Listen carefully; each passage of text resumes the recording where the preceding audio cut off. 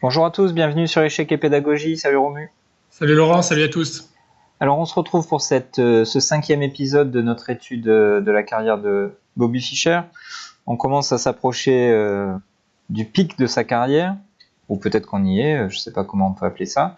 En tout cas, on va s'intéresser à l'année 71, pendant laquelle donc Bobby a participé au tournoi des candidats, enfin pas au tournoi des candidats, mais au cycle des candidats plus précisément. Et c'est un cycle historique, on va dire, puisque Fischer a gagné sur des scores très tennistiques, hein, Romu. Oui, on peut dire ça. Il a pas fait vraiment dans le détail et dans la dentelle, puisqu'il a affronté tour à tour Taimanov, contre qui il a gagné purement et simplement 6-0. Donc 6 victoires, 0 nul, 0 défaite. Ensuite, il a joué contre Larsen en demi-finale, on va le voir un peu plus tard, et même sanction, 6-0 également. Et en finale des candidats, il a rencontré Petrosyan, qui était ancien champion du monde, et il a gagné 6,5 à 2,5. Donc des scores qui sont juste incroyables, et face à quelques-uns des meilleurs joueurs du monde à l'époque. Et ces scores peuvent laisser penser que les autres n'ont pas bien joué, mais en fait, c'est juste que les autres étaient à leur niveau, mais lui était juste nettement au-dessus et a joué de manière phénoménale. Et c'est certainement une des performances les plus incroyables de l'histoire des échecs. C'est comme si aujourd'hui, Carlsen battait 6-0, je ne sais pas, Dingliren ou un joueur Caruana ou autre. Ouais. Caruana, 6-0 à chaque fois. Bon, c'est même impensable en fait. On peut pas imaginer que ça soit possible. Oui, et ce qu'on peut dire, c'est que ces joueurs-là n'étaient pas spécialement en méforme en plus. Les parties étaient très disputées, mais la balle finissait toujours par tomber du côté de Fischer finalement. Ouais, c'est juste incroyable. Il faut juste regarder les parties et apprécier la façon dont il a massacré la planète entière. Ouais. Alors, on a sélectionné justement 4 positions ou 4 parties. On va regarder 4 de ces fameuses rencontres. Et on a sélectionné pour commencer donc la 4e partie du match contre Taimanov. Donc à ce moment-là, il y avait déjà 3-0. On peut rappeler que Taimanov, c'était vraiment un des tout meilleurs joueurs du monde. Et d'ailleurs, les Soviétiques avaient l'espoir pensaient avant le match que Taimanov allait donner plus que du fil à retordre à son adversaire. Hein. Oui, bien sûr. Les Russes étaient optimistes sur les chances de gagner contre Fischer. Et Taimanov, comme tu l'as dit, était complètement en forme et en pleine possession de ses moyens. Enfin, en tout cas, au début du match. Oui. À la fin, il devait être sonné quand même. Hein. Et à la fin, il était un peu fatigué, mais au début, bien sûr que il n'y avait rien qui laissait présager qu'un tel score allait arriver. Ouais. Et j'ai pas dit quelque chose, puisque en général, on aime bien donner des chiffres et des statistiques, mais donc pour jouer ces matchs, donc Fischer est passé par le tournoi interzonal, comme on l'avait vu précédemment. Et en fait, entre le tournoi interzonal et le match contre Petrosyan, donc la finale des candidats, Fischer a gagné 20 parties d'affilée. Donc il a gagné 7 parties d'affilée, les 7 dernières parties du tournoi interzonal, 6 parties contre Taimanov, 6 parties contre Larsen et la première partie contre Petrosyan, pardon, puisque la deuxième il a perdu. Donc 20 parties d'affilée, 20 gains d'affilée contre la plupart des meilleurs joueurs du monde. Donc, ça laisse rêveur. Oui, c'est ça laisse rêveur et ça montre aussi sa volonté de gagner, parce qu'une fois qu'il menait de 3 ou 4 points dans un match, il aurait très bien pu dire je termine par quelques nuls tranquilles. C'est probablement ce que choisiraient les joueurs actuels d'ailleurs, mais sa volonté de gagner était telle que son but c'était pas seulement de gagner, c'était d'écraser l'adversaire visiblement, et non seulement il en avait la volonté, mais en plus il arrivait à le faire. Alors justement, on pourrait imaginer que pour gagner de tels matchs avec de tels scores, il employait des méthodes très brutales, mais comme on va le voir, son style, c'était de jouer la position. Donc si la position demandait de lutter du point de vue tactique, il le faisait, mais il était aussi capable, évidemment, de gagner avec beaucoup de technique. Et ce très célèbre fragment qu'on a devant les yeux, donc je répète, c'est la 4e partie du match contre Taimanov. Ce très célèbre fragment est publié quasiment 25 fois par an dans les différents ouvrages qui sortent, parce que c'est l'une des finales les plus célèbres des cycles de championnat du monde. Alors, qu'est-ce qui se passe dans cette position ? Alors, on voit que le rapport matériel est le suivant. Les blancs ont une tour et un fou face à une tour et un cavalier. Donc, on l'a déjà dit plusieurs fois dans les vidéos précédentes, Fischer aimait beaucoup jouer avec un fou contre un cavalier. Il était très habile avec le fou. Bon, évidemment, il était habile avec toutes les autres pièces, mais il aimait bien ce rapport matériel de démontrer la supériorité du fou face au cavalier. Et cet exemple ne va pas faire exception, bien au contraire. On voit que la structure de pion est symétrique. Il y a trois pions face à face sur l'aile dame et sur l'aile roi. Mais la différence d'activité des pièces est quand même assez importante. On voit la tour en E5 notamment qui est fortement mobilisée sur la colonne ouverte, tandis que la tour noire, elle, est toujours sur H8. Le cavalier F6 manque un peu de perspective également, puisque il est dominé par le fou et la tour. Il n'a pas forcément de cases très très intéressantes. Le roi noir est lui un peu mieux mobilisé que le roi blanc, puisqu'il est en D7, et donc il est proche du centre, tandis que le roi blanc est pour le moment encore dans les starting blocks en G1. Mais la chose qui est très importante, et c'est ce que Fischer va démontrer tout au long du reste de la partie, c'est que les noirs ont joué le coup B6, B7, B6, qui a l'air un coup, on va dire, normal. Il défend le pion C5, mais en plaçant ses pions sur case noire, il affaiblit inévitablement les cases blanches. Or, Fischer a un fou de case blanche.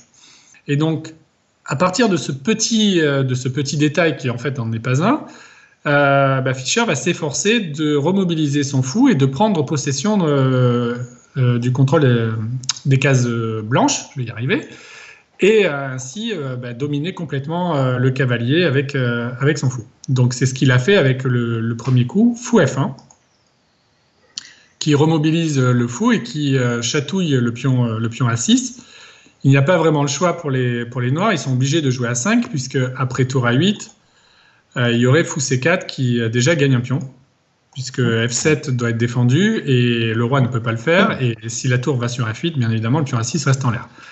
Donc en jouant fou F1, il force les noirs à jouer à 5, ce qui affaiblit dramatiquement les cases blanches, et le fou va donc évidemment se régaler. Et donc là, il joue fou C4. Donc il pointe du doigt la faiblesse F7, qui ne peut être protégée que par la tour en F8, ce qui n'est pas franchement une case de rêve pour une tour qui, en général, est positionnée plutôt sur une colonne ouverte.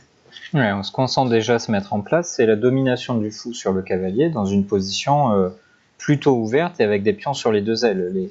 En général, les cavaliers aiment soit les positions fermées, soit les positions avec tous les pions sur la même aile. Et là, on risque d'être dominé parce qu'on ne pourra pas, avec notre cavalier, travailler des deux côtés. Mais bon, même si on comprend que Fischer a une meilleure position, on se dit que Taimanov est un grand garçon et va réussir à tenir la partie. Et il est très étonnant de constater avec quelle facilité apparente, en tout cas, Fischer va augmenter la pression petit à petit. Donc il commence par activer le roi, c'est ça ? Ouais, il joue roi G2. De toute façon, ça c'est... évidemment que Fischer, il a une excellente technique, et c'est la technique classique, conventionnelle, à savoir, lorsque vous ne savez pas trop comment traiter une position, commencez par améliorer le placement de chacune de vos pièces. Ça ne peut pas faire de mal à votre position, bien au contraire, et c'est ce que fait Fischer. Il a amélioré son fou. La tour était déjà bien placée, et maintenant il reste à mobiliser le roi, qui, on l'a dit, était dans les starting blocks. Donc là, en jouant roi G2, il mobilise maintenant le roi. Donc Taimanov joue roi D6, roi F3, cavalier D7. Donc les noirs essayent de de remobiliser ce cavalier tout en chassant la tour. Et là, tour E3. Donc c'est une case évidemment qui n'est pas choisie au hasard. L'idée étant que la tour peut coulisser sur la 3e rangée et notamment peut-être déjà faire un échec sur D3, mais aussi commencer à regarder le pion B6 qui a été affaibli par la manœuvre de fou précédente. Donc après tour E3, notre ami Taimanov a joué cavalier B8.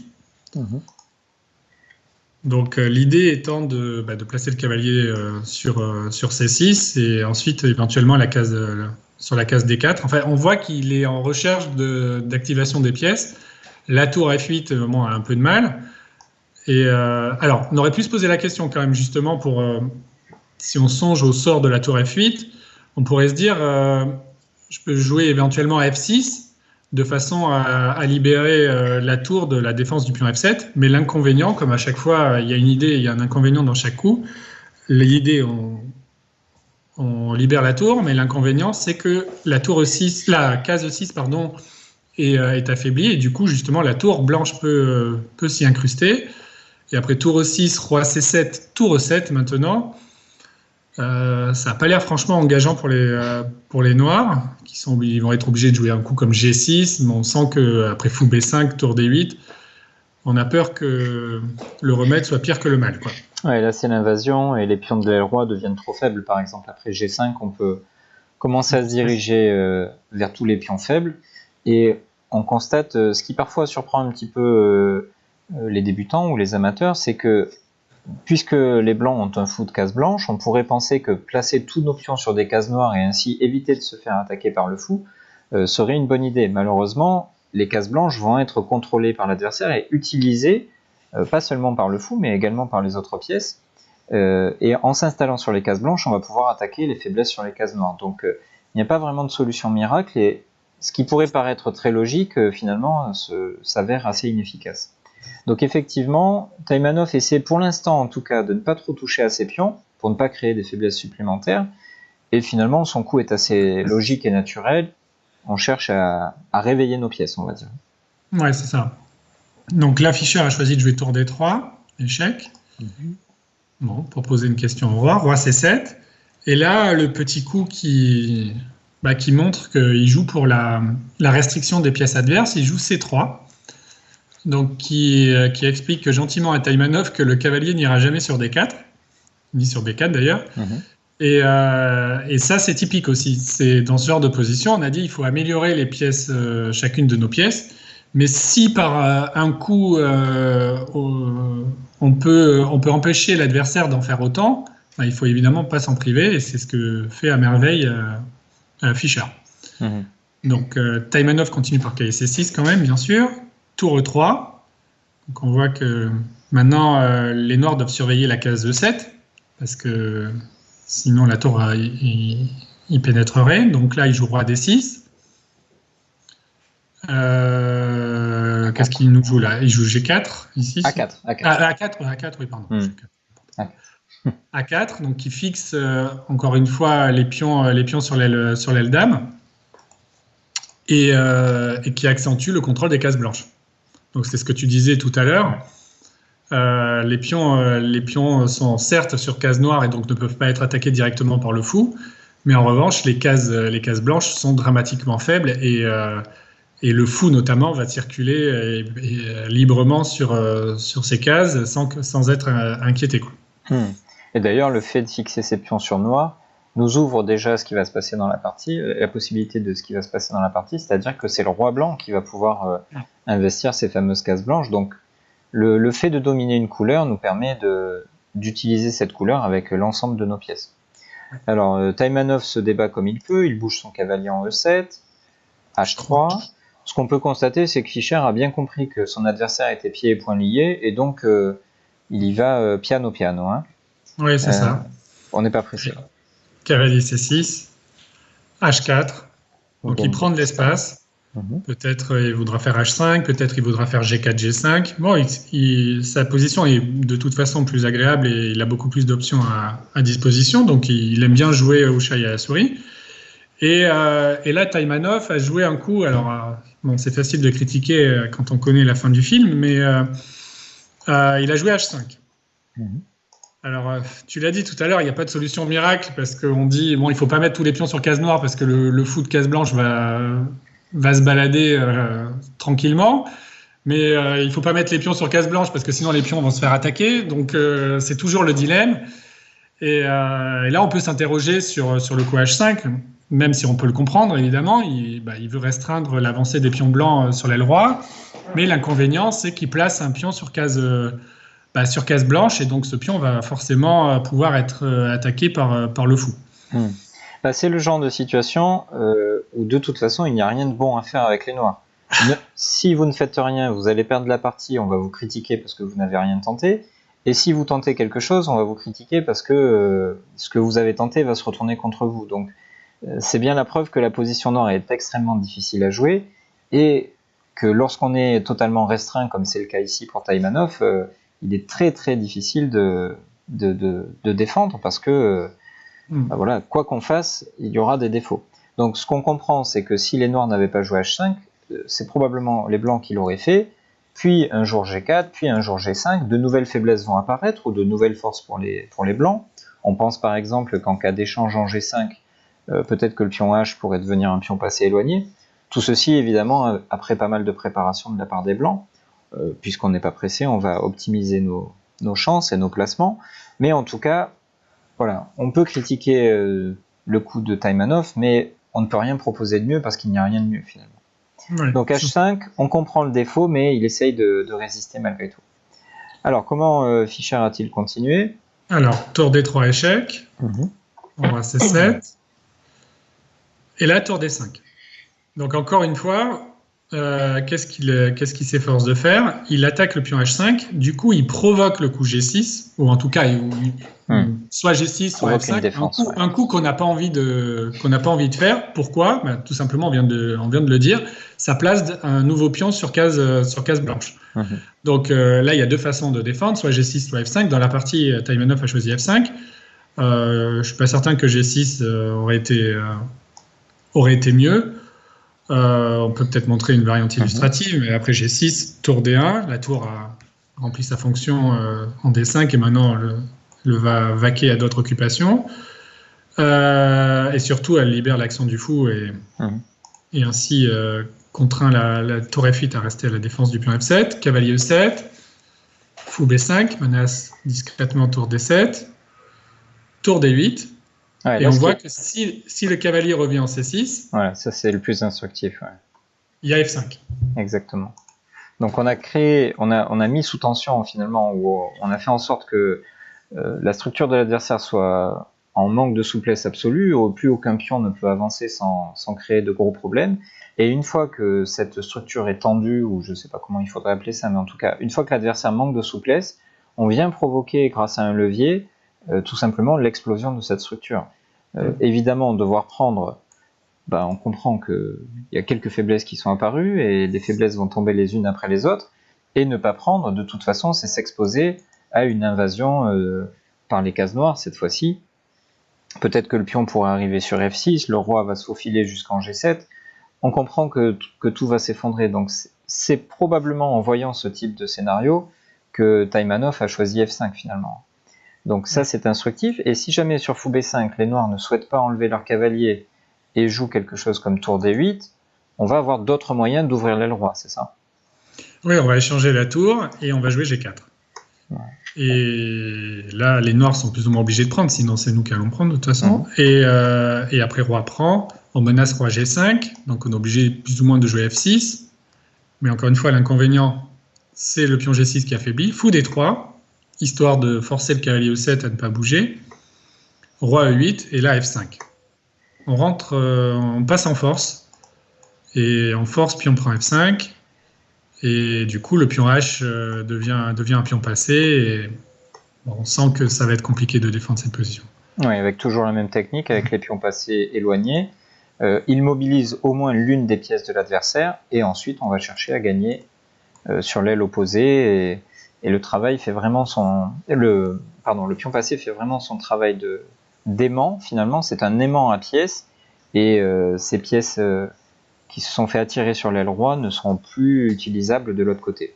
Donc effectivement très compliqué de défendre cette situation. Donc on comprend pourquoi Taimanov ne choisit pas G6, et probablement la mort dans l'âme, il choisit l'autre coup, F5, qui n'a pas les défauts de G6, mais qui a ses propres défauts évidemment. Oui, ça place un nouveau pion sur F5, ça fait des trous. On comprend que c'est pas un coup parfait, mais entre deux mots, il faut choisir le moindre. Donc tour D2, tour F6, tour E2, roi D7, tour E3. Donc là, il joue un peu avec Taimanov. Et de toute façon, la position blanche est tellement agréable et la position noire manque cruellement de contre-jeu. On voit pas trop comment les noirs peuvent améliorer leur position. Donc on sent que les blancs décident et les noirs s'adaptent. Ouais. C'est un peu le scénario. En plus, on était à l'approche du 40e coup, donc on peut imaginer qu'il y avait peut-être pas de Zeinot, mais en tout cas un petit manque de temps. Il s'approchait peut-être aussi de l'ajournement. On n'a pas vérifié si cette partie avait été ajournée ou pas, mais c'est fort probable. Donc c'est une bonne façon de gérer son temps, que de dire puisque tu ne peux rien faire, je joue quelques coups tranquilles pour pouvoir gérer au mieux la pendule, on va dire. Ne pas prendre de décisions drastiques trop tôt. Donc là, G6. Bon, de toute façon, il fallait le faire tôt ou tard. Fou B5. Toujours cet exercice de la restriction. Ouais, on immobilise un peu les pièces. Tour D6. Roi E2, bien sûr. On ne permet pas à la tour de rentrer sur D2 et trouver du contre-jeu. Roi D8. Bon, okay. il se décloue. Oui, il se décloue. Et bon, même si on comprend bien que pas à pas, Fischer est en train d'améliorer sa position en obtenant de micros avantages qui s'accumulent, malgré tout, Taimanov a monté les barbelés, on va dire. Il a réussi à interdire toutes les pénétrations, que ce soit sur E8 ou sur E7. La tour a enfin réussi à se réveiller. Elle coupe la colonne D, ce qui veut dire que le roi, pour l'instant, est un petit peu gêné dans ses mouvements. Et par la même occasion, elle est postée idéalement, puisqu'elle défend la base des deux chaînes de pions, aussi bien à l'aile roi qu'à l'aile dame. Donc, Fischer a beau avoir une technique absolument remarquable, il ne faut pas en oublier que Taimanov, c'est pas le premier des peintres et il organise sa défense. D'autres joueurs se seraient écroulés bien plus vite que lui. Donc, comment Fischer a-t-il pu casser ce semblant de forteresse que son adversaire cherchait à construire ? Tu l'as dit, en fait, la pièce maîtresse de cette tentative de forteresse, c'est la tour D6. Et on voit pas trop comment passer avec cette tour sur la 6e rangée. Et d'un autre côté, notre tour je dis notre parce que j'aime bien me placer du côté du côté qui gagne. La tour de Fischer a rempli idéalement sa fonction, à savoir par des manœuvres subtiles. Il a forcé les pions noirs à se positionner sur case blanche, sur l'aile roi. Et ce qui est plutôt une bonne nouvelle pour le fou blanc. Donc maintenant, la tour blanche n'a pas vraiment d'utilité. On ne voit pas trop comment on peut l'utiliser pour attaquer des faiblesses dans le camp des noirs. Et au contraire, la tour noire, elle, est vraiment très utile. Donc c'est peut-être le moment d'échanger les tours. C'est ce qu'il a fait avec tour D3. Donc là, roi C7, tour prend D6, roi prend D6. Et maintenant, il va essayer de pénétrer dans la position noire, sachant que les noirs doivent surveiller absolument la base de leur chaîne de pions, à savoir le pion G6, qui pourrait être facilement attaquable par le fou. Donc, on sent que cette finale est quand même très, très difficile, au moins en pratique, à défendre pour les noirs, tandis que les blancs ont à peu près 0 risque de perdre. Donc là, il a joué roi D3, il améliore son roi, évidemment. Cavalier E7. On entre dans une nouvelle phase dans laquelle on va plutôt chercher. Dans la phase précédente, on cherchait à créer des faiblesses, et là, on va chercher à les exploiter, finalement. Exactement. Donc les noirs doivent bien faire quelque chose. Ils sont obligés de jouer un coup, finalement. Cavalier E7 et le fameux fou E8. Ouais. Bon. Donc, c'est le moment où on peut être très intelligent et dire Taimanov n'aurait pas dû jouer H5, G6 et F5. Mais si on n'avait pas fait ça, on aurait eu d'autres problèmes comme on l'a vu précédemment. Mais là, voilà, en jouant fou E8, il libère la case B5 pour le roi, mais surtout, il contraint le cavalier. C'est toujours l'idée de la restriction. Il force à rendre le cavalier passif. Et du coup, la position noire va manquer de liberté, et c'est ce qui va causer leur perte, comme on va le voir rapidement. Donc là, roi D5, quasi obligatoire, sinon roi C4, et déjà c'est compliqué. Fou F7 échec. Roi D6 et roi C4 du coup. Roi C6, il faut absolument empêcher l'intrusion du roi, ou en tout cas il faut tenter de le faire. Fou E8. Donc on voit que le fou est vraiment irritant. Les cases blanches sont la propriété des blancs, donc les noirs essaient de s'interposer, mais ils ne peuvent pas y arriver. Ouais. Roi B7, roi B5. Et là, Taïmanov montre quand même que c'est Taïmanov et que c'est pas n'importe qui. Il trouve le coup de cavalier C8, qui discrètement menace mat quand même. On ne sait jamais. On va le montrer parce que ça aurait été une fin très très drôle. On va dire ça comme ça, du point de vue des noirs en tout cas.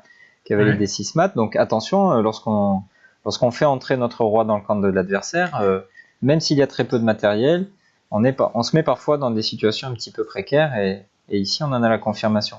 Bon, on se doute que Fischer n'est pas tombé dans le piège.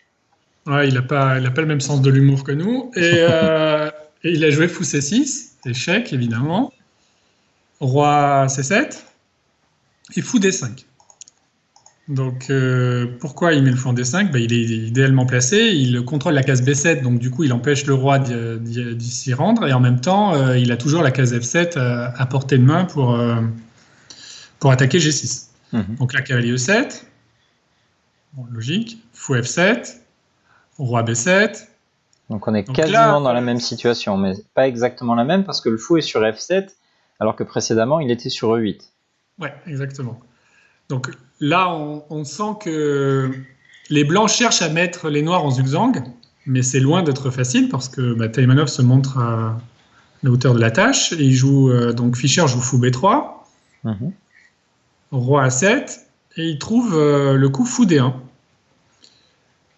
L'idée étant d'avoir la case F3 à disposition pour faire un échec et chasser le roi de B7. Donc, roi B7.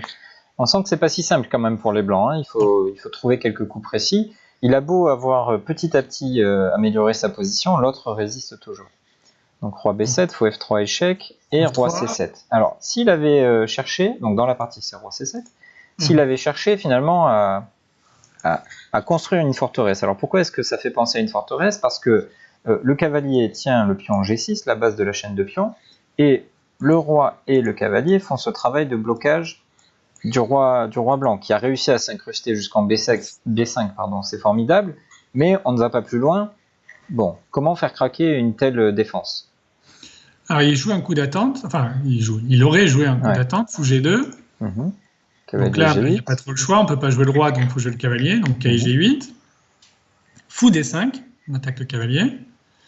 Et donc là, si on joue cavalier E7, il y a C4. Et zigzag, puisque le roi ne peut pas bouger, on vient de le dire, et le cavalier... Oui, donc si le roi bouge, on perd le pion B6, c'est la catastrophe. Si le cavalier se déplace n'importe où, notre roi va entrer par la case C6, que le cavalier avait pour mission de surveiller, et on comprend bien que le loup est entré dans la bergerie. Et la dernière option, c'est de prendre le fou, mais désormais, avec ce pion passé, on va pouvoir faire... craquer la défense adverse, tout simplement. Donc ça c'est l'un des secrets, alors non pas de Fischer, mais de tous les grands joueurs de finale.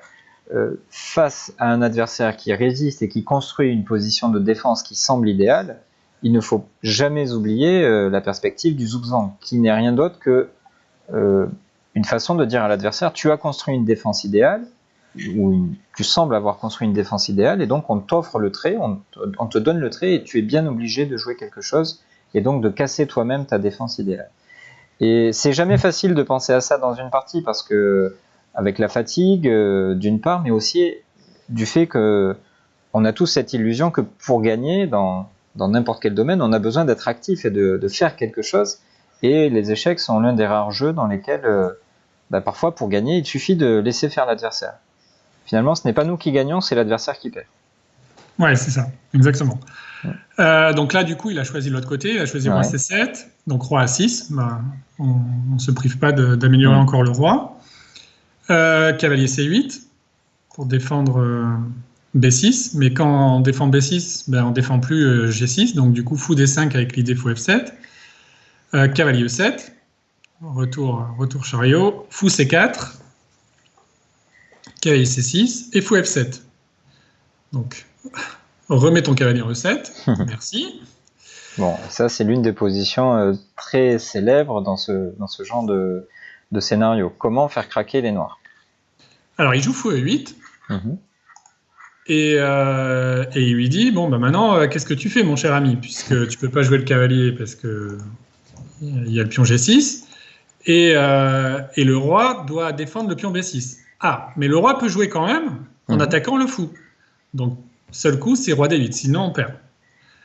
Et donc là, on se dit, bon, ok, il m'attaque le fou, je bouge le fou, je remets le roi en C7 et tout va bien. Sauf que Fischer est arrivé, enfin, on voit qu'il a activé ses pièces de manière optimale. Le fou est bien sûr bien placé en E8 et surtout le roi est en A6, comme tu l'as dit tout à l'heure, le loup est entré dans la bergerie. Et donc maintenant, il est temps de passer à la troisième phase, la phase de la réalisation de l'avantage en jouant le sacrifice fou prend G6. Ouais, toujours très étonnant quand on n'a jamais vu cette partie. On n'a plus qu'une seule pièce sur l'échiquier, si on compte pas les rois bien sûr, et on la sacrifie. Mais dans quel but? Évidemment, dans le but d'avoir beaucoup de pions passés. On va prendre un maximum de pions noirs et en finale, évidemment, les pions sont des éléments très importants puisque ils ont le droit de se transformer en dames. Et c'est exactement ce qui va se passer. Le roi blanc va ramasser au moins un des deux pions de l'aile dame et ensuite on va obtenir à la fois deux pions passés sur l'aile dame mais aussi des perspectives d'aller prendre tout ce qui va se présenter à nous sur l'aile roi. Et on constate que même après avoir gagné la pièce qui s'opposait à lui, le cavalier reste pas très actif, il est dominé par les pions blancs et tout se déroule comme dans un rêve dans cette partie pour les blancs. Ouais. C'est ça. Et là, donc, il a joué roi D7, roi prend C5, cavalier E7. Et là, il finit avec précision. Le contraire nous aurait étonné. Il a joué B4. Il ne va pas. En fait, l'idée, c'est qu'il ne veut pas aller chercher le pion A parce que ça permettrait l'activation du cavalier. Par exemple, cavalier D5, roi prend A5, et du roi roi C6. Et du roi, bien sûr. Et après, on peut imaginer des coups comme cavalier E3 et cavalier F1, et bon, rien n'est clair, quoi. Ouais, on n'a pas envie de calculer ça si on sait qu'à la place, B4 nous permet d'accélérer l'avancement de nos pions. On n'a pas besoin de 3 pions passés liés pour dominer les pièces noires et ensuite aller regarder à l'aile roi. Donc on ne perd pas de temps et on ne laisse pas de contre-jeu à l'adversaire. Ouais, donc pion prend, cavalier C8, A5, cavalier D6, B5, bon là c'est rouleau compresseur, cavalier E4. Donc là on comprend bien, le contre-jeu arrive, mais les pions sont à A5 et B5, c'est pas la même histoire. Ouais, soutenu par le roi qui arrive en B6. Exact. Donc c'est vraiment pas la même histoire. Donc là, si cavalier bouge, évidemment on va faire A6, A7, A8. Donc il fait roi C8, roi C6. Donc, qui laisse passer les pions. On laisse passer les pions et en même temps, si besoin, on pourra aller aussi sur l'aile roi ramasser ce qui reste à ramasser, mais il n'aura même pas besoin. Roi B8, B6, qui prend G3, A6. Il me semble qu'il avait abandonné avant, mais c'est juste une illustration. Voilà, les pions. Forcément, le cavalier a cherché à faire du contre-jeu sur l'aile roi, mais il n'était plus sur l'aile dame. S'il était resté à l'aile dame, le roi blanc serait allé s'amuser de l'autre côté. Donc une finale. Juste modèle, elle est extrêmement célèbre cette fin de partie. L'impression générale, c'est que Taimanov ne jouait pas contre un humain et qu'il avait une machine face à lui. Tous les meilleurs coups, sans cesse, quoi. Ouais, c'est ce qu'on va. De toute façon, on va le voir dans les parties aussi.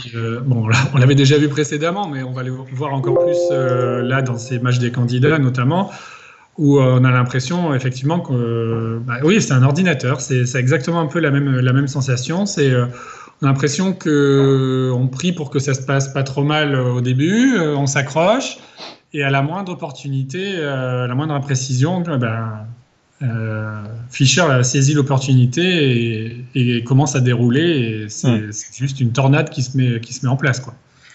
Et pour l'anecdote, à la fin du match contre Taïmanov, il y avait une remise des prix, une cérémonie de clôture, on va dire, et il y avait le secondant de Taïmanov, qui était le grand maître Vasyukov, qui s'approche de Fischer et qui lui dit est-ce que tu te rappelles, en 1958, donc 13 ans auparavant, tu étais venu à Moscou et tu avais fait des blitz contre certains joueurs. D'ailleurs, on avait raconté l'anecdote qu'il allait visiter Moscou. Et Fischer dit oui, bien sûr. Et Vasyukov dit j'étais parmi ces joueurs-là. Est-ce que tu te rappelles du résultat ?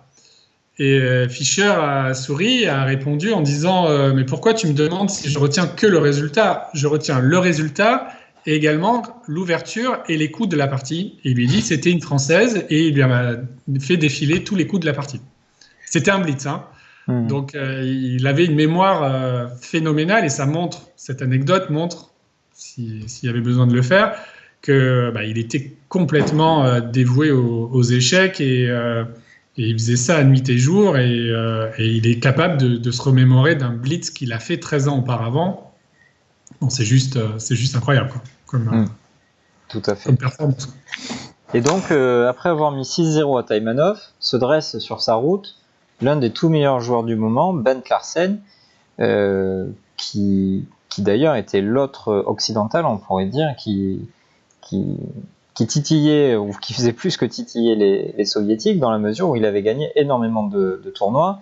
Je crois que c'était en 68 que Larsen a eu une saison exceptionnelle où il a gagné plusieurs tournois consécutivement. Donc voilà, il avait tout à fait l'étoffe d'un champion du monde, ou en tout cas de quelqu'un qui pouvait jouer pour la couronne mondiale. C'était pas...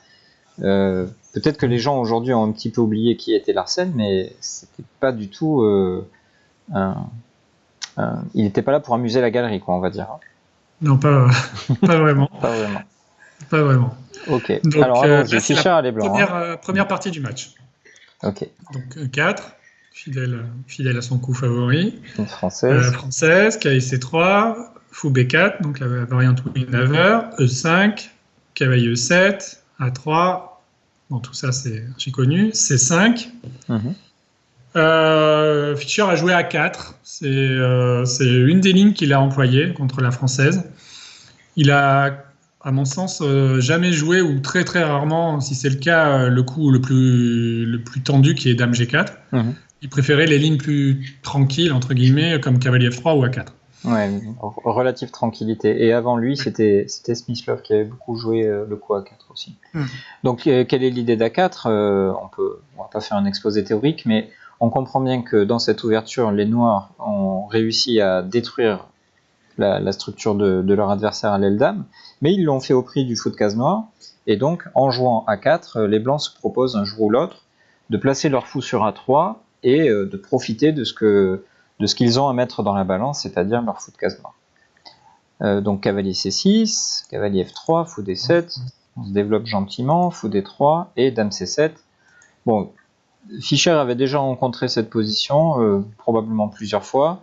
Il existe notamment le coup de dame A5 dans sa pratique face au grand maître Ullmann, qui était un grand spécialiste de la défense française, bien sûr. Donc dame C7, c'est une autre façon de poster les pièces noires. Encore une fois, on ne va pas trop entrer dans les détails, on va dire. Oui, c'est ça. Donc là, petit roc. Et là, donc, Larsen décide de jouer C4. Donc c'est une décision importante, puisqu'il relâche la tension au centre.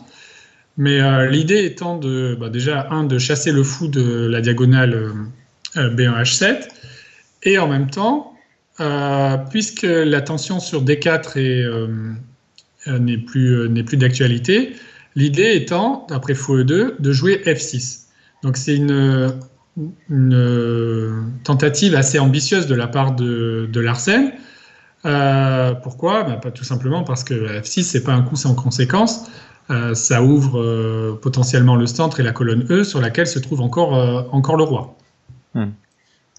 tout à fait. Ouais. Bon, c'est une méthode typique hein, dans la française. Les noirs cherchent à attaquer le centre. Voilà, on peut attaquer sur D4, on peut attaquer sur E5. Parfois, on fait les deux simultanément. Ici, on comprend bien que le fait d'avoir obligé le fou blanc à reculer sur E2 laisse espérer au noir une certaine pression sur E5. Mais c'est là justement que tout l'intérêt de cette variante avec A4 va apparaître. Les blancs sont très intéressés par l'ouverture des lignes et notamment des cases noires, puisque l'un de leurs atouts, c'est le fait d'avoir un fou de case noire.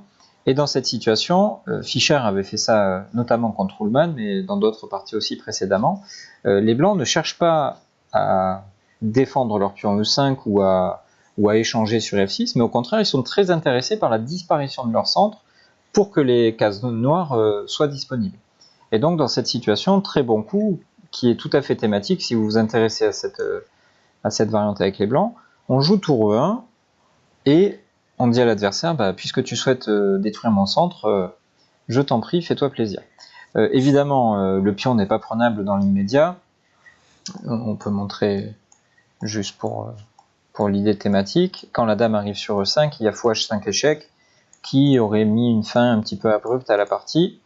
Mais on est en course pour le championnat du monde, on ne va pas tomber dans ce genre de piège. Donc comprenez bien que Fischer ne souhaite pas tendre un piège entre guillemets de débutant à son adversaire, il est simplement en train de se préparer à ce qui va suivre, c'est-à-dire l'ouverture des lignes.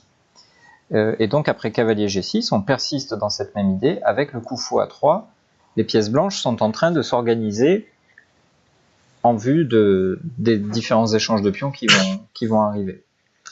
Alors, est-ce que les noirs auraient dû refuser justement l'ouverture du jeu ? Oui, encore une fois, c'est toujours pareil. Hein, c'est facile à dire quand on connaît la suite de la partie, mais en fait, tout est cohérent dans ce que fait Larsen. Il joue C4 en éloignant le fou et en le forçant à aller sur E2, donc ça en bouchant la colonne E. Du coup, il faut qu'il cherche du contre-jeu, donc naturellement, il attaque le pion E5, c'est ce qu'il s'efforce de faire. Il a fait dame C7, il a fait cavalier E7, cavalier G6, F6. C'est difficile au moment d'avoir attaqué autant de fois le pion E5 et de pouvoir le prendre, de dire non, finalement, je ne vais pas le prendre. Ça serait un peu incohérent. Après, j'imagine qu'il avait conscience que c'était risqué. Mais encore une fois, pour gagner, il faut parfois prendre des risques. Hein, donc, Bien sûr. Bon, ce qu'on peut ajouter, c'est que Larsen, justement, si on devait définir son style avec un seul mot, ce serait le mot risque. Hein. Ouais, c'est vraiment quelqu'un qui jouait toutes ses parties pour gagner. Ses détracteurs diront qu'il était trop optimiste et que c'est ce qui peut-être l'a empêché de devenir champion du monde, je ne sais pas. Toujours est-il que si vous voulez voir des parties animées, voilà, vous cherchez les parties de Larsen, a priori, vous serez satisfait. Hein. Ce qu'on peut dire aussi, c'est que de toute façon, si les noirs refusent de relever le gant, finalement, les blancs vont s'installer avec un fou sur D6, ils ont la colonne B, ils vont probablement pouvoir jouer H4, H5 un jour, prendre de l'espace. Il faut bien quand même que les noirs aillent au bout de leur stratégie. S'ils ont donné leur fou de case noire, mais qu'ils ne peuvent pas attaquer le centre, alors rien ne va, quoi, finalement. Donc, on peut compter sur Larsen pour ne pas refuser le combat, et c'est exactement ce qu'il fait. Prise en E5 à de multiples reprises, qui nous amène à cette position-là. Ok, donc Fischer a sacrifié un pion pour obtenir les cases noires, et maintenant, ça va être l'exploitation de sa stratégie, et évidemment, j'ai envie de dire, on continue dans cette optique avec Dame D4, qui bien sûr permet à la dame de se centraliser et d'attaquer énormément de choses, mais surtout de travailler sur les cases noires en collaboration avec le fou A3. Pourquoi pas un jour, on pourrait penser à Dame H4 par exemple, qui menacerait déjà mat, mais pourquoi pas aussi avec la tour le long de la colonne pour attaquer le cavalier. Donc les noirs ont le matériel et les blancs ont l'activité, et maintenant il faut chercher à avoir raison, on va dire. Ouais, c'est ça. En plus, cerise sur le gâteau, la dame en D4 est excellemment placée puisque les Noirs ne pourraient pas faire grand roc, il y aurait pion A7 aussi. Donc c'est quand même un souci aux échecs quand on peut pas roquer. Et là, le centre vient de s'ouvrir grâce au sacrifice de pion et les Noirs auraient bien envie de trouver un abri sûr pour leur roi, ce qui n'est pas franchement évident. Donc là, que faire ? Il faut certainement bouger le cavalier. puisque Et menace fou H5, ouais. fou H5 est une menace assez grave. Si on joue cavalier C6, malheureusement, il y a alors pas dame prend G7 parce que là justement les noirs pourraient faire grand roc et seraient contents. Ouais, Du avec coup, du contre-jeu qui va arriver. G8 exactement. Voilà. Plus le Mais centre qui peut se mobiliser aussi. Hein. ouais. Donc là, bien sûr, c'est pas l'idée de Fischer. Ici, certainement, il aurait joué fou H5 échec. On ne peut pas jouer G6 parce que la tour H8 traîne. Et sur roi D8, là, maintenant que les noirs ne peuvent plus roquer, évidemment, on prend G7 et là, ça C'est pas ressemble tout plutôt à à un fait la même carnage. situation, ouais. Ouais. Ok, donc Donc, il ne peut pas jouer cavalier C6, il a choisi cavalier G6. une autre case, cavalier Ouais. G6, ouais. Donc là, toujours pareil, dame prend G7, là, on pourrait faire grand roc avec les noirs. Et donc, c'est pas le but recherché. Et là, après tour G8, cavalier F4 ou cavalier H4, c'est les noirs qui attaqueraient, ce qui serait pas le but de la manœuvre. Donc, il est absolument pas intéressé par le pion G7. Lui, ce qu'il veut, c'est maintenir le roi noir au centre et maintenir son initiative. Donc, c'est ce qu'il fait avec fou H5. Qui place le fou sur une position active, qui cloue le cavalier, qui libère l'action de la tour E1 qui est postée en face du pion E6 et du roi en E8. Et bon courage aux noirs pour défendre cette position. C'est probablement pas perdu, mais ce qui est sûr, c'est qu'en pratique, c'est très très compliqué. Il y a dame prend D5 comme menace. Enfin, c'est chaud, c'est chaud. Ouais. Ce qu'on comprend, c'est que, bon, bien sûr, les matchs reposent énormément sur la psychologie, et dès la première partie, c'est deux caractères extrêmement forts. C'est peut-être même un euphémisme, mais en tout cas, c'est deux joueurs qui sont absolument très sûrs d'eux et qui ne jouent que pour le gain, et ça pouvait que faire des étincelles, quoi, cette rencontre-là. Hein. Voilà. Je sais pas exactement quel était leur score avant ce match, mais ce dont on peut être certain, c'est que ce ne sont pas des joueurs qui vont refuser le combat, et ce sont des joueurs qui ont une estime de leur propre jeu très très haute. Donc voilà, on sent que les deux se jettent dans le combat la tête baissée. Peut-être que dans d'autres matchs, on peut voir des séries de nuls un petit peu insipides, parce que les deux joueurs doutent un petit peu et ils ont besoin d'entrer dans le match. Là, il n'y a pas de round d'observation et les deux ils vont directement. Hein, parce que Larsen savait évidemment, en choisissant cette variante de la française, que Fischer allait lui sauter à la gorge, et il cherchait ça. Il voulait gagner dès la première partie en prenant des risques. Ouais, bah, c'était son style, hein, de toute façon. Ouais, c'était en plus, ouais. comme ça qu'il jouait le mieux. Et donc là, il est face à un dilemme parce que soit il essaie de mettre son roi à l'abri en roquant, mais c'est au prix d'un pion. Donc, par exemple, grand roc, dame prend A7 et je sais pas, faire un truc avec B6 ou quelque chose comme ça, mais bon, c'est pas très engageant, on va dire. Ouais. Soit il essaye de s'accrocher au pion avec. Alors il y a le pion D5 aussi. Si par exemple il fait A6 pour préparer le grand roc, il y a dame prend D5. Honnêtement, cette position, ça fait vraiment pas envie. Tout est faible chez les noirs. Donc soit accepter donc, de rendre un pion pour sécuriser le roi, mais en étant nettement moins bien, soit en étant optimiste comme Larsen l'était, et il essaye de s'accrocher au pion, bien que ça se fasse au détriment de la sécurité de son roi, et il joue roi F7. Donc il défend G7, il s'enlève du vis-à-vis avec la tour, donc il part à la menace d'un prend D5. Mais évidemment, le roi reste dans le viseur du fou H5, et on comprend bien qu'en F7, c'est loin d'être un abri sûr. Et c'est ce que Fischer essaye de démontrer avec son coup énergique F4. Donc l'idée elle est assez claire, hein. C'est tout droit. On va faire F5 et on ouvre tout. Oui, ouvrir la position pour accéder au roi. Si on avait joué de façon un petit peu plus lente, les noirs avaient probablement prévu d'enlever leur tour et mettre le roi en G8, où il aurait enfin trouvé un abri sûr. Donc le temps est compté pour les blancs, hein, dans ce genre de situation. Si le roi est faible, il faut en profiter le plus vite possible.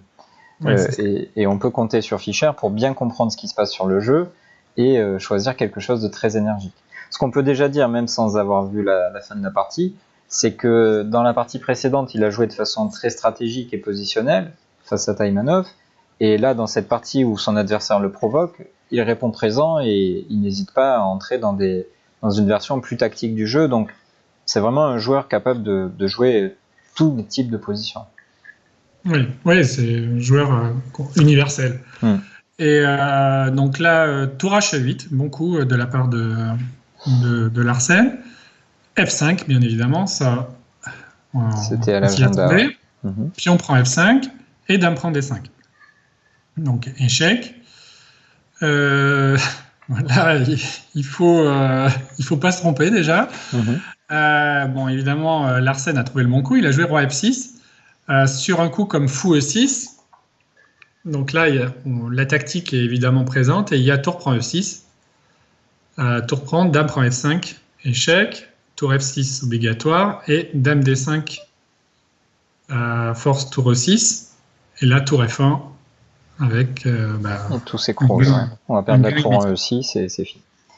Ok pour ça. Et si on avait interposé la tour, il y avait immédiatement dame prend F5, avec par exemple les fous qui vont entrer en action, ou qui vont soutenir l'action en tout cas, Tour avec E7. quelque chose comme tour E7. Et bon, le roi est pris entre tous les feux adverses, on comprend bien que ça va pas être possible de jouer comme ça.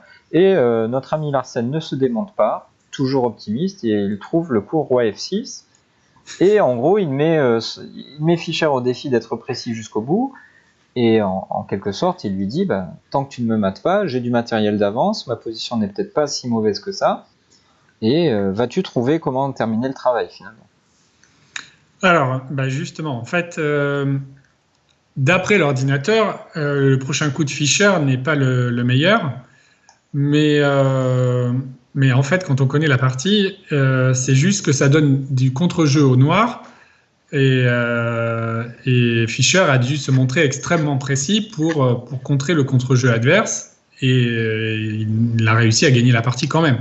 Donc en fait, objectivement, le coup de Fischer n'est pas un mauvais coup, puisqu'il a gagné la partie de manière propre. C'est juste que ça l'a forcé à faire face à un contre-jeu adverse que Larsen a trouvé d'ailleurs. Donc félicitations à lui d'ailleurs.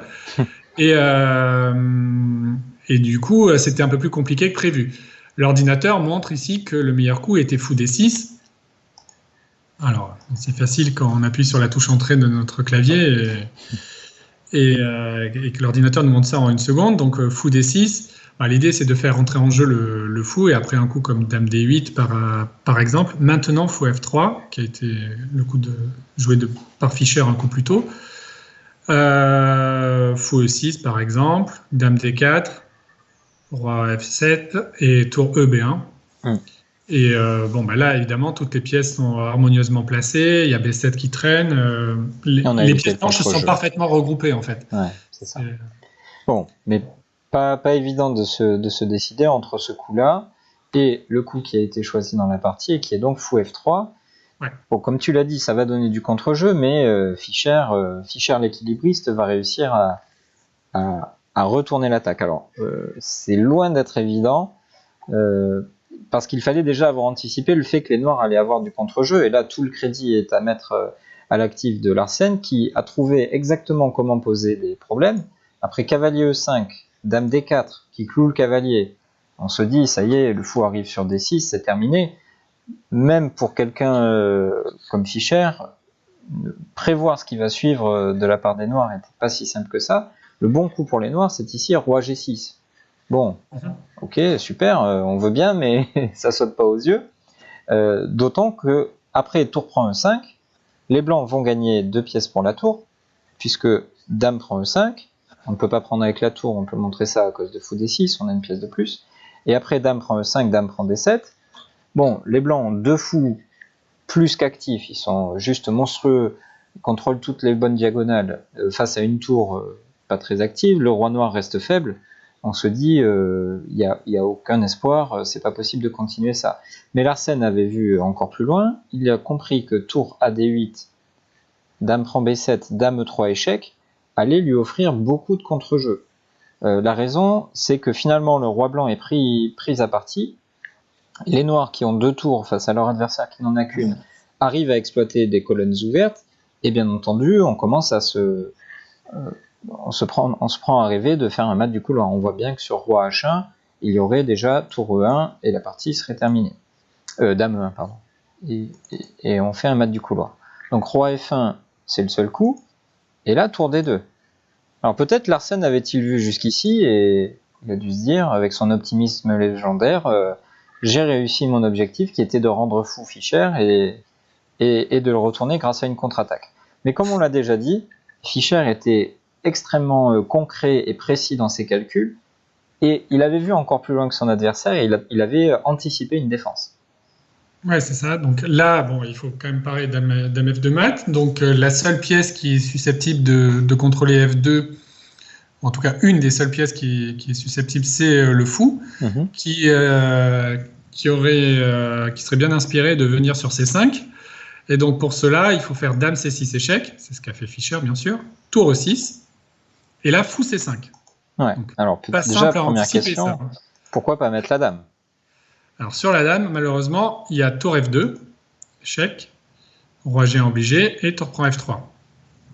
Bon. Mauvaise nouvelle. Échec à la découverte, et on comprend qu'après la prise, la tour F reprend, et on reste avec une qualité de moins, ce qui ne va pas être acceptable. Donc Fischer décide de jouer fou C5, en tout cas, c'est pas qu'il le décide, c'est qu'il l'avait vu bien avant, et après tour F2 échec, roi G1, on comprend bien que tour prend F3 ne fonctionne plus, car cette fois-ci, les noirs ne peuvent pas prendre la dame et le fou simultanément, mais Larsen trouve encore une ressource avec tour prend G2 double échec, roi prend G2, dame D2 échec, qui va lui permettre de ramasser la dame de son adversaire. Et probablement Fischer avait-il vu jusqu'ici. Et non seulement il avait vu jusqu'ici, mais en plus il avait bien jugé la situation et il avait compris qu'il allait se retrouver avec un avantage grâce à sa paire de fous et sa tour face à la dame. Ouais, en fait, les pièces blanches sont magnifiquement coordonnées. Les deux fous font un travail exceptionnel puisqu'ils protègent magnifiquement le roi. On voit que la dame seule n'est pas capable de s'en prendre au roi blanc puisque les deux fous contrôlent les diagonales importantes. Et au-delà de ça, le fou C5 est prêt à capturer le pion A7, ce qui procurerait au blanc un très dangereux pion passé, le pion A4, qui est soutenu non seulement par la tour A1 qui est derrière lui, mais aussi justement par ces deux fous qui, au-delà du rôle défensif que l'on a évoqué juste avant, peuvent soutenir parfaitement l'avancée du pion A. Donc, en fait, je suis à peu près certain que Fischer avait vu tout ça et avait juste évalué correctement la position. Mais bon, ça montre du courage parce qu'il faut quand même pas avoir peur. L'adversaire nous a menacé de mat, il faut sacrifier la dame. Bon, on n'est pas à l'abri d'oublier un coup. Enfin, en tout cas, nous, les simples mortels, on aurait pu oublier un coup. Lui, visiblement, c'est pas un problème. Et donc là, Larsen quand même continue de se battre et joue dame prend C3. Donc c'est très important parce que, alors, de-delà du fait que ça prend un pion, ça attaque la tour A1 et aussi ça prive le fou C5 d'une case relativement stable en D4. Si les blancs pouvaient capturer A7 et placer le fou en D4, la partie est terminée. Oui, parce que le fou va tout contrôler depuis D4. Ouais, c'est juste, le fou est intouchable. Donc on enlève son piédestal, quoi. Et voilà, il est crucial de retirer le pion C3. Fischer joue tour G1. Un petit échec. Roi F6 et fou prend A7. Donc, on élimine ce pion pour peut-être que pour un ordinateur, cette situation serait tenable, on ne sait pas. Mais face à un joueur aussi fort que Fischer, avec les conditions d'une partie, c'est inhumain, quoi. Voilà, il faut pas... Peut-être que si vous branchez un ordinateur, il va vous dire que c'est pas si clair, ou voire même c'est égal. Mais voilà, parfois, il ne faut pas oublier que c'est un jeu joué par des humains et il ne faut pas suivre les évaluations les yeux fermés. Qu'est-ce qu'un humain est capable de faire et qu'est-ce qu'il n'est pas capable de faire? Probablement, il n'est pas capable de tenir cette position avec les noirs parce qu'il va y avoir trop de choses à surveiller et l'harmonie des pièces blanches va être absolument incroyable, on va dire. Voilà, on peut peut-être voir cette fin de partie en accéléré parce que le plus instructif est passé, ou en tout cas le plus spectaculaire. Donc G5, on essaye de mettre en marche. Fou B6, on déroule le tapis rouge maintenant. Dame B2, fou D8, on gagne un tempo. A6, il avance. Dame A3, fou B7. Dame C5, tour B1 pour préparer fou B6. C3, et fou B6, abandon. Et la partie est finie. Donc ça donne le ton hein, pour ce match. Grosse partie d'entrée de jeu, il n'y a pas eu de round d'observation, et Larsen s'est fait finalement balayer. Alors, pas sans combat, il faut pas entendre le mot balayer comme quelque chose qui laisserait penser que Fischer a gagné très facilement. Ce sont les meilleurs joueurs du monde face à lui, ils jouent à leur meilleur niveau, et les parties sont très disputées, très complexes, mais à la fin, c'est toujours Fischer qui gagne finalement. C'est ça. C'est bien résumé. Ok. Donc à nouveau 6-0, et voilà. Se dresse l'avant-dernier obstacle du chemin de Fischer vers Spassky, qui était le champion du monde alors. Spassky avait battu Petrosyan en 69, et donc Petrosyan, qui est quand même pas le dernier venu, est un petit peu l'avant-dernier espoir finalement des soviétiques qui souhaitaient conserver leur titre évidemment. Donc on va analyser ici la 7e partie, Romu, qui est extrêmement célèbre, notamment pour un moment stratégique extrêmement profond. Oui, c'est une partie qui est dans tous les livres, hein, évidemment, mais comment ne pas en parler dans si on se veut être complet sur la carrière de Fischer. Donc cette position est très très célèbre. Donc qu'est-ce que l'on peut dire ? On voit que les Blancs ont un avantage au niveau de la structure de pion, puisque les Noirs ont un pion en D5 isolé, plus le pion A6 qui est aussi peut être une source de problème pour les Noirs. On voit les Blancs qui ont une majorité de pions sur l'aile dame avec les pions A2, B2 face au seul pion A6. Donc, quelle est l'idée ici dans cette position pour valoriser cet avantage ? Échanger les bonnes pièces adverses et laisser les mauvaises. Et ici, quelles sont les bonnes pièces, quelles sont les mauvaises ? On voit bien que le fou E6 est évidemment mauvais, puisqu'il est limité son action est limitée par ses propres pions, tandis que le fou de case noire, lui, est plutôt une bonne pièce. Donc, qu'est-ce que va faire Fischer ? Il va tout simplement échanger la bonne pièce adverse, donc par le coup fou C5. En échangeant ce fou, il va gagner la case C5, que le cavalier va rejoindre très rapidement, et d'où il pourra taper non seulement sur le fou E6, mais également sur la faiblesse qu'on a évoquée précédemment, à savoir le pion A6. Donc, oui, ça va aussi permettre, excuse-moi, je te coupe, oui, ça va aussi permettre d'avancer le pion B, qui est notre pion candidat dans la majorité. Donc on sent bien que prendre le contrôle absolu des cases noires va faciliter la tâche des blancs. Oui, exactement. Donc là, Petrosyan joue tour E8, donc fou prend E7, tour prend E7. Et là, donc chose très importante, lorsque vous voulez attaquer un pion, en général un pion faible, le premier travail est de le fixer. Et donc c'est ce que s'efforce de faire Fischer en jouant le coup B4. Donc non seulement il met en marche son pion majoritaire, comme tu viens de le dire, mais en même temps il fixe le pion A6, qui est sur une case blanche, donc dans le viseur du fou D3 notamment, et bientôt du cavalier C5. Et bien évidemment, les Noirs ne peuvent pas jouer A5. En tout cas, chaque fois qu'ils vont jouer A5, évidemment, les Blancs vont jouer B5 et se créer un pion passé protégé, ce qui serait une énorme avancée pour eux. Donc, premier élément, on fixe la faiblesse sur A6 et ensuite on va chercher à l'attaquer. Donc, roi F8. Bon, réflexe humain, on rapproche le roi du centre. Protège le tour, cavalier C5. Roi F8, cavalier C5, oui, pardon. Donc, fou C8. Il faut défendre le pion. Et là, c'est un peu ce qu'on a vu dans déjà la première partie contre Taïmanov. Il joue F3. Ça ressemble au coup C3 de tout à l'heure contre Taïmanov. À savoir, j'ai des meilleures pièces, mon fou D3 est parfait, le cavalier C5 est parfait, et j'ai pas envie que les pièces adverses s'activent comme les miennes, et donc je vais jouer un petit coup comme F3 qui empêche, qui prend les cases E4 et G4 au cavalier. Ouais. Donc toujours cette tentative de restriction des pièces adverses. Ouais, très bonne technique, et en plus on prépare l'arrivée et l'activation du roi. On sent qu'on est dans le même genre de partie que celle qu'on a présentée en tout premier contre Taïmanov.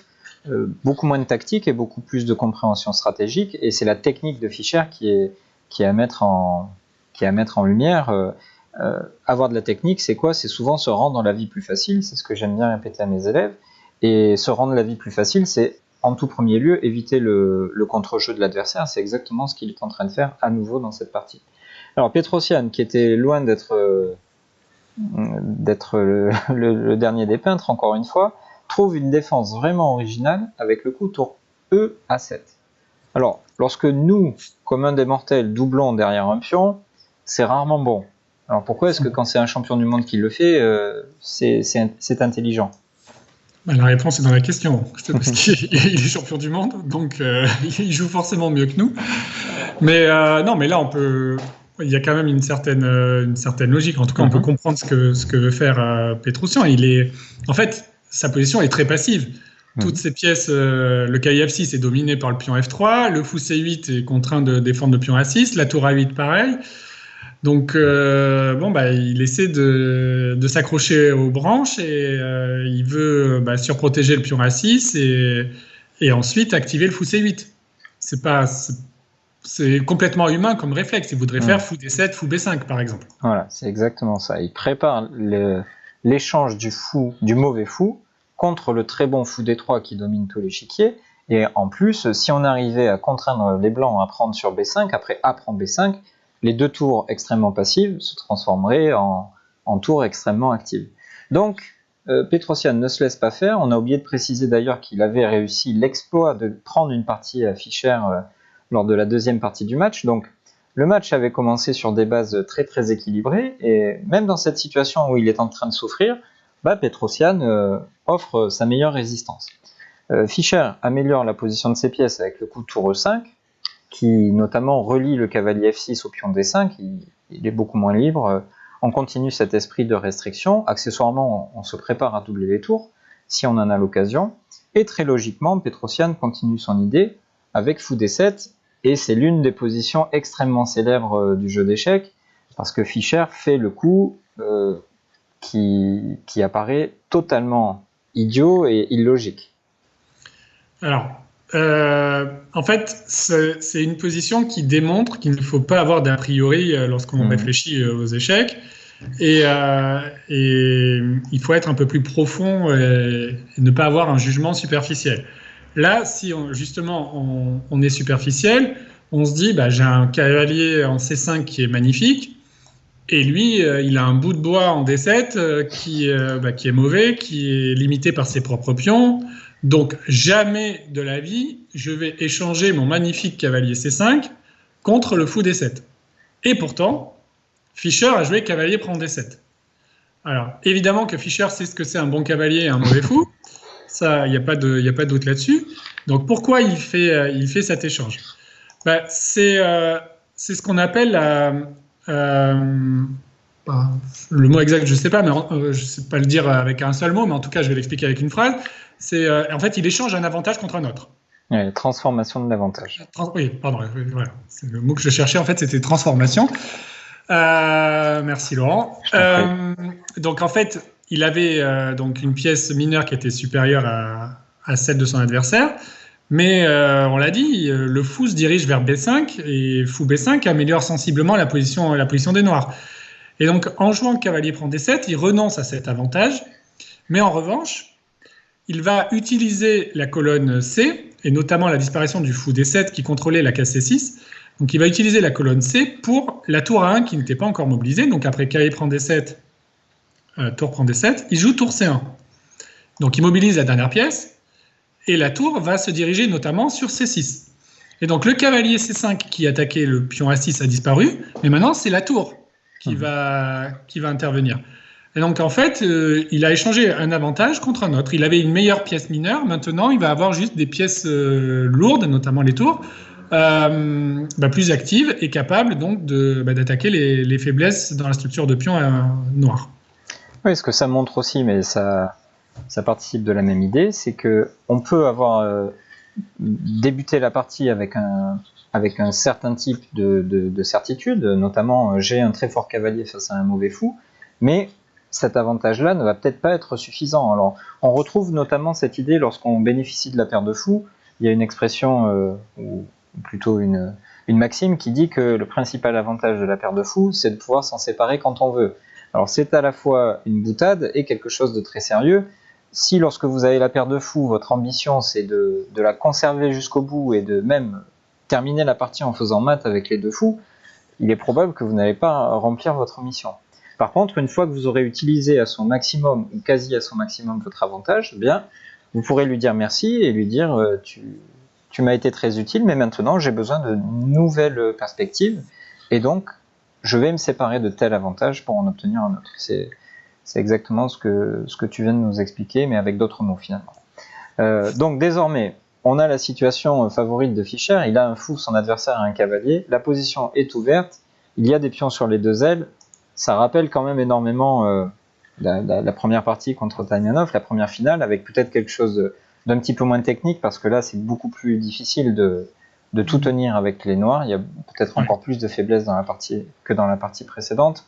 Ce qu'a fait Petrosian, c'est qu'il a essayé de prévenir ce dont tu nous as parlé, les pénétrations sur la case C6 notamment, mais comme tu as l'habitude de dire, chaque coup a des défauts, et bien sûr, s'il a abandonné la 7e pour la 6e, eh bien, Fischer ne va pas se faire prier, il est en train tout simplement de préparer tour E7, avec des dégâts considérables.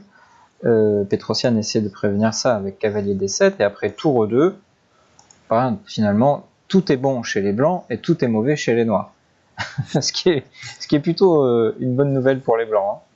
Ouais, ça a l'air facile de jouer cette position avec les blancs. Et j'imagine que Fischer n'a pas eu à forcer son talent pour gagner cette position, même contre Petrosian. Alors, ça ne veut pas dire que n'importe qui serait arrivé aussi facilement que lui, mais en tout cas, pour lui, ça ne devait pas poser un gros problème technique pour réaliser l'avantage. Et c'est ce qu'on va voir. Petrosian a joué G6, roi F2. Donc encore des similitudes par rapport à la partie contre Taimanov. Il améliore ses pièces.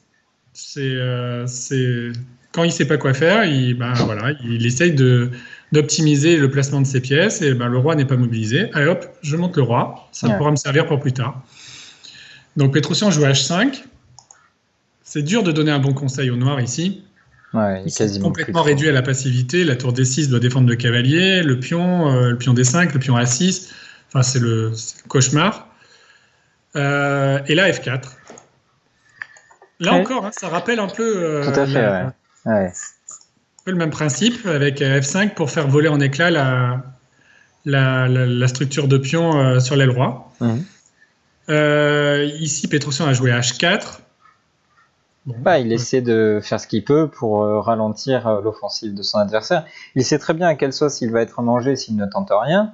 Fischer va calmement avancer ses pions et l'écrabouiller à l'aile roi. Donc il essaie de prévenir ça, mais comme d'habitude, comme on a dit tout à l'heure, lorsqu'on est mal et lorsqu'on est réduit à la passivité, n'importe quelle tentative sera critiquable puisqu'il n'y a plus de solution finalement. Si l'adversaire ne nous ouvre pas la porte disons que les noirs ne sont plus maîtres de leur destin. Si leur adversaire s'applique, ils ont perdu la partie.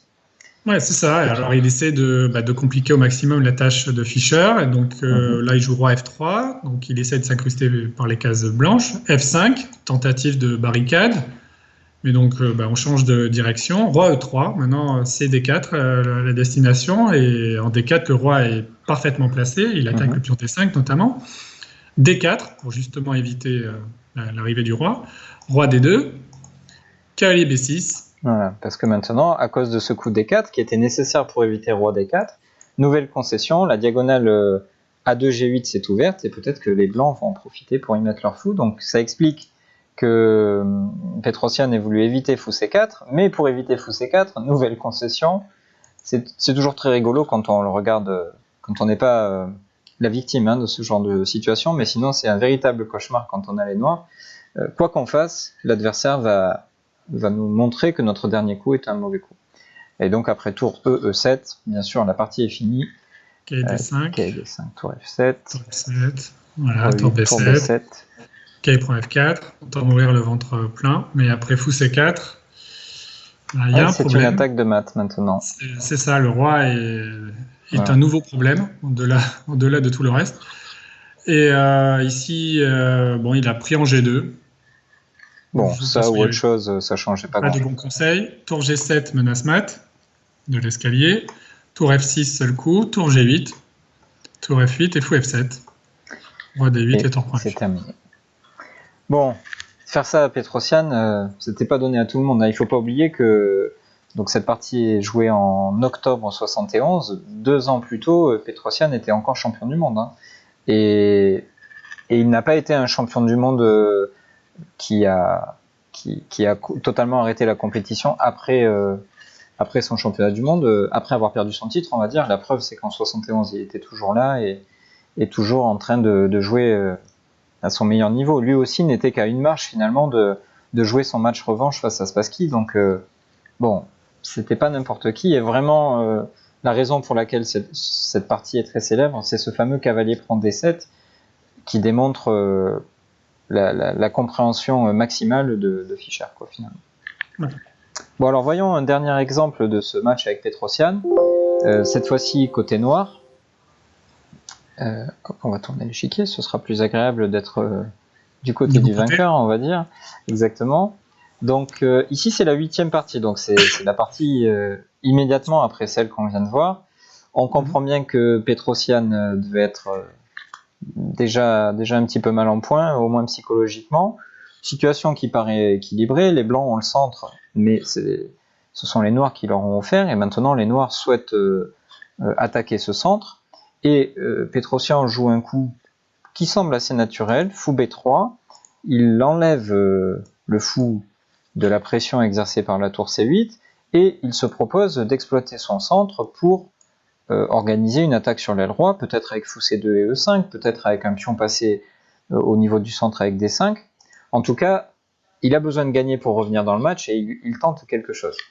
Et lorsque tu as sélectionné cette partie, Romu, tu m'as dit que tu voulais souligner à quel point Fischer était à l'affût de la moindre opportunité.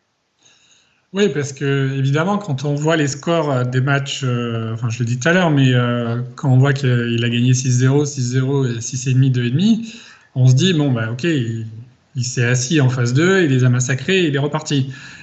C'était pas tout à fait, le cas, et il y a eu plusieurs parties, même pas mal de parties, dans ces matchs-là, et notamment contre Petrosian, où il n'avait pas forcément dominé, mais en revanche, sa grande force, c'était que dès qu'une occasion se présentait pour s'emparer de l'initiative et pour desserrer l'éventuel étau que l'adversaire pouvait exercer sur lui, il était saisi, quoi. Donc là, c'est le cas. Les Blancs essaient il joue pour l'avantage. Il est mené au score. Il a les Blancs. Il vient de perdre. La partie précédente. Petrosian, évidemment, il est très motivé à l'idée de gagner avec les Blancs et de revenir dans le match. Et Fischer, là, a une position où, il joue pour égaliser, on va dire. Et en jouant le coup fou B3, Petrosian laisse, entre guillemets, la possibilité au noir, à Fischer, de s'activer et de trouver du contre-jeu par le coup B5. Et c'est ça qui est vraiment incroyable avec lui. Tout à l'heure, on disait que ça ressemblait à un jeu contre un ordinateur, mais c'est un peu ça. Ça donne l'impression que la moindre imprécision ou la moindre opportunité laissée est saisie, quoi. C'est assez démoralisant, et on peut comprendre dans quel état psychologique pouvaient être ses adversaires après ces matchs-là, parce que ça donne l'impression qu'on n'a aucune chance, en fait. Tout à fait, ouais. Donc là, comment on explique le coup B5 ? Tout simplement, la dame est surchargée. Elle doit à la fois défendre son centre, qui est l'élément fondamental de la position, et elle ne peut pas en même temps venir prendre sur B5. Et donc, du point de vue des noirs, le fait d'avoir pu jouer B5, comme on va le constater, ça va redonner de la vie et de l'air aux noirs sur l'aile dame, notamment, avec une incidence sur le centre, comme on va le constater. Donc, c'est l'opportunité qui est saisie immédiatement. Bien entendu, Petrosian n'a pas échangé le pion B5 contre le pion E4, et il prend ses responsabilités, il a besoin de gagner la partie, il prend des risques, il prend des risques. Il joue pour l'initiative et il joue le coup F4, qui bien entendu est destiné à créer des opportunités d'attaque vers l'aile roi. On sait que le fait de dominer le centre nous donne normalement des chances d'attaque sur les ailes. Ouais. Alors, dame B6, coup B6. Assez naturel. Roi H1. On bénéficie de la case B6 et roi H1 qui s'enlève de la diagonale, très naturel aussi. Alors, Romu, qu'est-ce que tu peux nous conseiller avec ta grande sagesse lorsque notre adversaire nous attaque sur l'aile ? Comme on l'a déjà dit bon nombre de fois sur cette chaîne, lorsque votre adversaire veut vous attaquer sur une aile, il est obligatoire de répondre au centre, par une réaction centrale. Et donc là, les blancs ont joué F4, donc on comprend bien que le pion ne veut pas s'arrêter qu'en F4 et veut s'avancer jusqu'en F5 et ouvrir la colonne F et monter une attaque sur la colonne en faisant en plus travailler le fou B3 sur la diagonale. Donc il est urgent pour les noirs de réagir au centre. Donc là, la réaction centrale, c'est pas très difficile, il faut faire pion prend D4, jusque-là c'est facile. Et il joue le coup B4 ici. Donc là, c'est ce qu'on disait tout à l'heure. En jouant B4, il crée une menace. Il menace fou A6. Donc il ne laisse pas l'adversaire dérouler son idée. Si les noirs n'ont pas de contre-jeu ici, ou en tout cas jouent un coup qui est un peu mou, forcément les blancs vont envoyer F5 et avec des chances sérieuses d'attaque. Et en jouant B4, déjà il prend D4, donc il fragilise un peu plus le centre, et en même temps il joue B4 maintenant qui permet de menacer fou A6, et du coup les blancs vont devoir tenir compte de cette menace, et donc de ne pas avoir les mains libres pour attaquer tranquillement. Ouais, évidemment on constate que ça menace aussi l'échange en A3 pour gagner le fou, donc ça contraint la riposte de l'adversaire qui est A prend B4, et après fou prend B4, on voit arriver l'opportunité d'échanger les fous de case noire. Et ça, c'est extrêmement important parce que sinon, si on revient à la situation dans laquelle il décide de jouer pion prend D4, si on n'a pas vu la suite avec B4, ne jouer C prend D4 que pour jouer C prend D4, ce serait probablement une mauvaise idée parce que on est aussi en train de dire à l'adversaire je vais t'offrir la diagonale pour ce fou B2 qui jusqu'à présent était bloqué par ses propres pions. On constate que les blancs, en un seul coup, désormais, pourront réveiller ce fou. Donc c'était pas C prend D4 seulement qu'il fallait avoir vu, c'est que avec l'enchaînement B4 qui crée plein de menaces, on oblige notre adversaire à nous offrir l'opportunité de cet échange de fous, et forcément, moins il y a de pièces sur l'échiquier, moins l'attaque de l'adversaire a de chances de réussir. Donc voilà, c'est tout l'ensemble de cette série de coups extrêmement précise qui détruit dans l'œuf finalement l'offensive de Petrosian. Oui, petit à petit, il va éteindre l'incendie et il va calmer le jeu et ensuite il va se retrouver avec des atouts sur le long terme. Ouais, donc on va pouvoir parler, effectivement, parce qu'après D5, donc fou C3, on élimine l'une des pièces les plus dangereuses et sans cette pièce-là, les blancs ont peut-être un petit peu moins d'attaque que ce qu'ils l'espéraient et surtout on constate que on a voulu se lancer à l'attaque parce que la situation du match le demande et il prend des risques, il essaye de gagner, mais attention, quand on pousse les pions, on sait bien qu'ils ne peuvent pas reculer et chaque pion avancé va créer des aspérités dans notre position, des trous. On pense par exemple ici à la case E3, pour une tour, les pions sont probablement moins faciles à défendre et donc attention ici avec les blancs, si l'attaque ne réussit pas, il faudra aussi surveiller le pion passé éloigné. Et voilà pourquoi c'est risqué de jouer un coup comme F4 dans la plupart des parties. Si notre attaque ne réussit pas, il faudra payer les pots cassés finalement. On voit qu'il a un sens de l'initiative qui est très développé, puisque dès qu'il a senti le danger lorsque les blancs jouaient F4, chaque coup a fait une menace. Chaque coup noir a fait une menace. Il a pris en D4, il a joué B4 qui menaçait fou A6, il a repris en B4, il a fait fou C3 qui attaque le fou, et après tour prend C3, il attaque de nouveau le fou B3. Et on voit que les blancs, leur tentative d'attaque est en train de s'essouffler, et tout ça par le jeu énergique des noirs qui ont calmé le jeu et qui ont dit attention danger, donc je m'empare de l'initiative.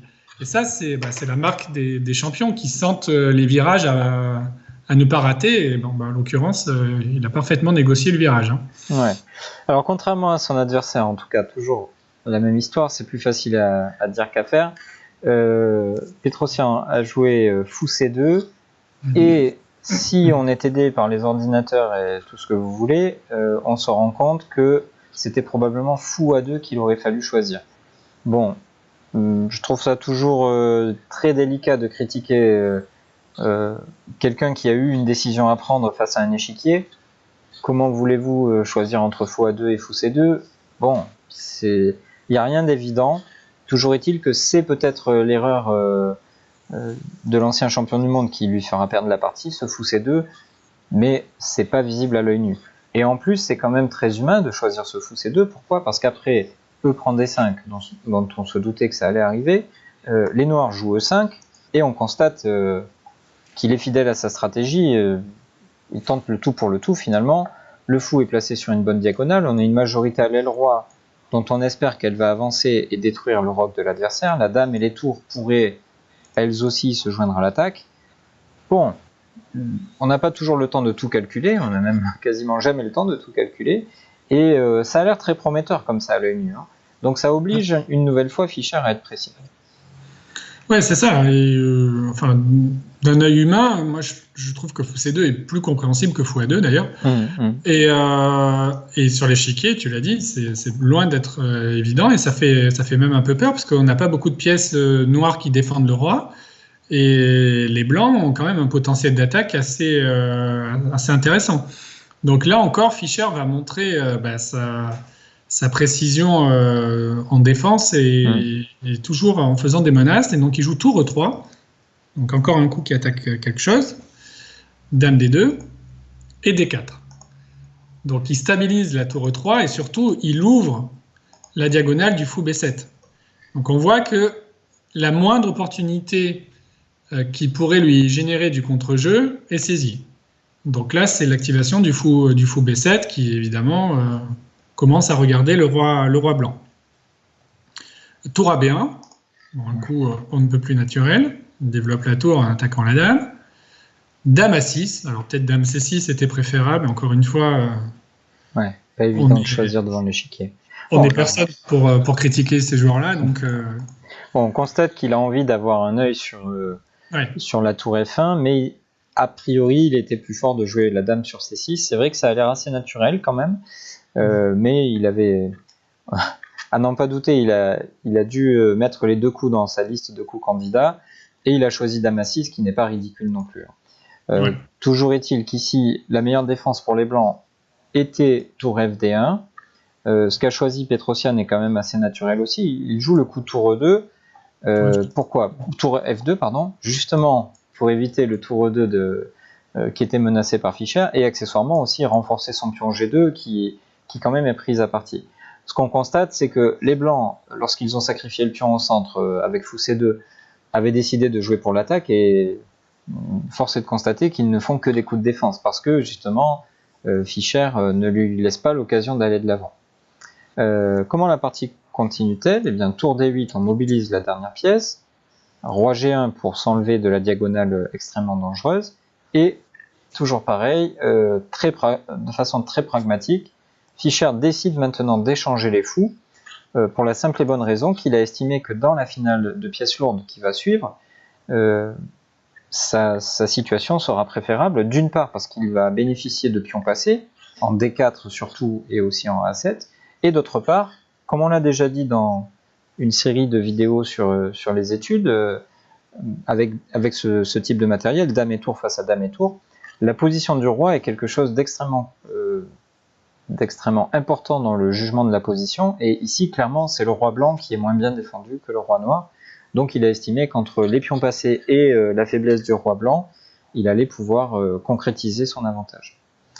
C'est exactement ce qui va se passer. On va montrer la fin peut-être un peu plus en accéléré. Les fous s'échangent, H3 pour essayer de renforcer un petit peu la position du roi, essayer de le cacher sur H2. On joue avec ce fameux pion passé central, un pion passé doit être avancé si c'est possible. Tour B3, dame C4 attaque la tour, centralise la dame, tour B2, et maintenant une façon très originale de tripler avec tour D en D4. Bon, on a l'habitude de tripler sur une colonne. On aimerait avoir l'habitude de tripler sur la deuxième rangée, mais sur la quatrième, c'est quand même toujours surprenant. Alors, quelle est son idée avec tour D, D4 ? Alors, il attaque le pion F4, donc il force G3.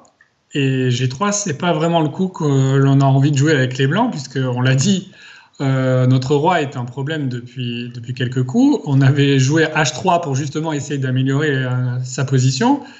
Et trois coups plus tard, on est contraint de jouer G3 qui affaiblit de nouveau gravement la position. Et tu l'as dit, avec les pièces lourdes, la situation des rois est un critère primordial.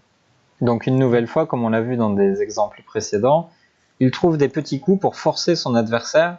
Par des menaces toutes simples, il force son adversaire à créer encore plus de faiblesse, encore plus d'aspérité dans sa position, et ensuite ça finit par s'écrouler. Ça a toujours l'air facile, comme d'habitude, mais bizarrement, dans nos propres parties, ça se passe pas comme ça. Donc après G3, la tour a fini sa fonction, tour D5, dont on comprend que ça peut aider le pion à avancer, ça libère également une case sympathique en D4 pour la dame. Roi H2, et maintenant tour B5, qui est une façon d'éliminer un éventuel contre-jeu de l'adversaire sur la colonne B, et on s'approche d'une simplification. Après tour A2, évidemment, Petrosian n'est pas d'accord pour cet échange. On comprend que désormais l'invasion commence. La tour E pourrait arriver sur E1, la dame pourrait arriver sur D5 ou sur E4, et une nouvelle fois on vérifie cet adage selon lequel les finales dame-tour contre dame-tour ne sont pas des finales et elles ressemblent à s'y méprendre à des milieux de partie. Après G4, Fischer a calculé une petite tactique qui commence par tour E2, tour prend E2, D prend E2, dame prend E2, et maintenant le roi blanc est mis à nu et bientôt mis à mort aussi. Roi G2, tour B3, la dame et la tour font un travail merveilleux pour se coordonner et attaquer le roi adverse, et maintenant on comprend bien que c'est assez rapidement fini. Dame E1 pour éviter les entrées sur G3, tour E3, dame F2, dame E4, à nouveau la dame et la tour travaillent comme il faut, et après roi H2, tour E1, on imagine le désespoir de Petrosian qui a fait face à une machine, encore une fois. La moindre opportunité a été saisie et la partie est finie. Et le match aussi d'ailleurs. Oui, accessoirement. Non, c'était l'avant-dernière, mais...